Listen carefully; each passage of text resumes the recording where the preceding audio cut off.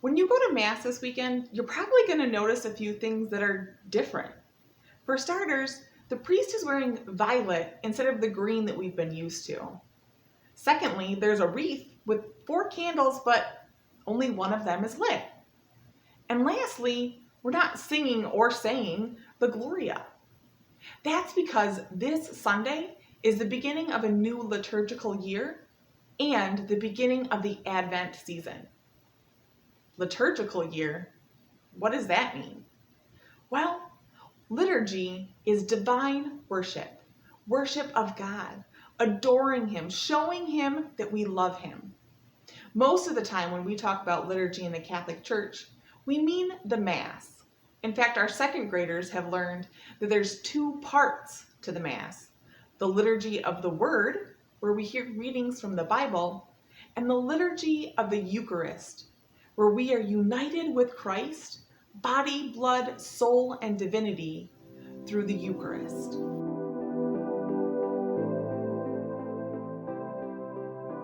The liturgical year is a cycle that helps us to celebrate Jesus' birth, life, death, and resurrection.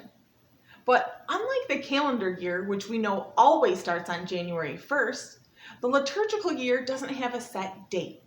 Instead, it starts 4 Sundays before Christmas. And those 4 weeks are what we call Advent. Well, what's Advent about? Advent comes from the Latin word adventus, which means coming. It's a time where we celebrate the coming of Jesus. We celebrate the coming of His birthday because we know more than 2,000 years ago, Jesus came to earth through Mary. We also celebrate and look forward to His second coming, preparing for when He'll come again at the end of time. We take this time to prepare not just our homes with decorations, but our hearts, looking to see if Jesus is the priority He should be, and if He's not, to take the time to prepare room for Him. Advent is a time of hope, faith, joy, and peace. In fact, it's those very things that are symbolized by the 4 candles on the Advent wreath. Maybe you have an Advent wreath at home. Did you know how much symbolism there is in the Advent wreath? It's absolutely beautiful. The wreath is a circle, no beginning and no end. And it reminds us of the eternity of God. It's usually covered in evergreen, so pine, things like that. And that reminds us that life continues, even in the winter when it's dark and cold. Sometimes there's holly on the Advent wreath, and that reminds us of the crown of thorns that Jesus chose to wear when He was crucified. The 4 candles themselves remind us of the light of the world that Jesus is. And as we light each candle, we hope that the increasing light that it brings helps to increase our heart's preparation for His coming. And those candles are specific colors.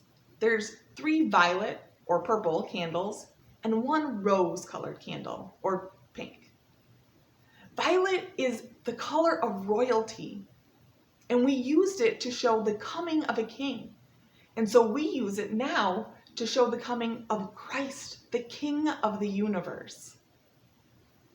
So the first candle we light is purple, and it symbolizes hope. The second candle we light is another purple one, and it symbolizes faith.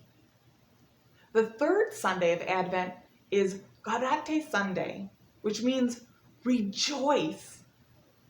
And that pink candle is lit, reminding us that this is a time of joy. Christmas is right around the corner. And that last Sunday, we light the last purple candle, symbolizing peace. At a time when we're usually most crazy and chaotic, trying to get everything done, the Advent wreath reminds us to take time to slow down, and to breathe. The Prince of Peace has come, and we celebrate his birth in just a few short days. Maybe your Advent wreath has a white candle in the center. This is called the Christ candle, and it's used to symbolize Jesus and his purity, and we light it on Christmas. The Advent wreath is just one of the many traditions we have in the Catholic Church that help us to prepare for Christmas. In fact, let's talk about a few of those so that we can look at our tasks for exploration this week.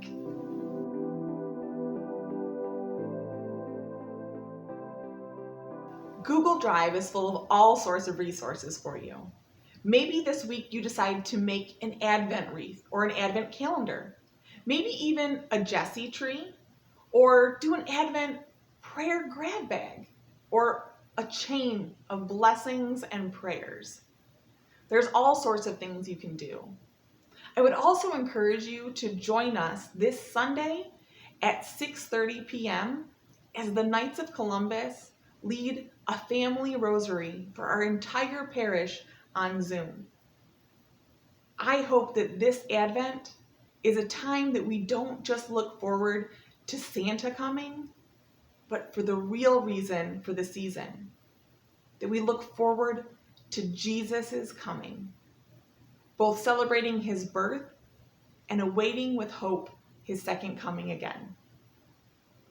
Have a blessed Advent season and a wonderful week.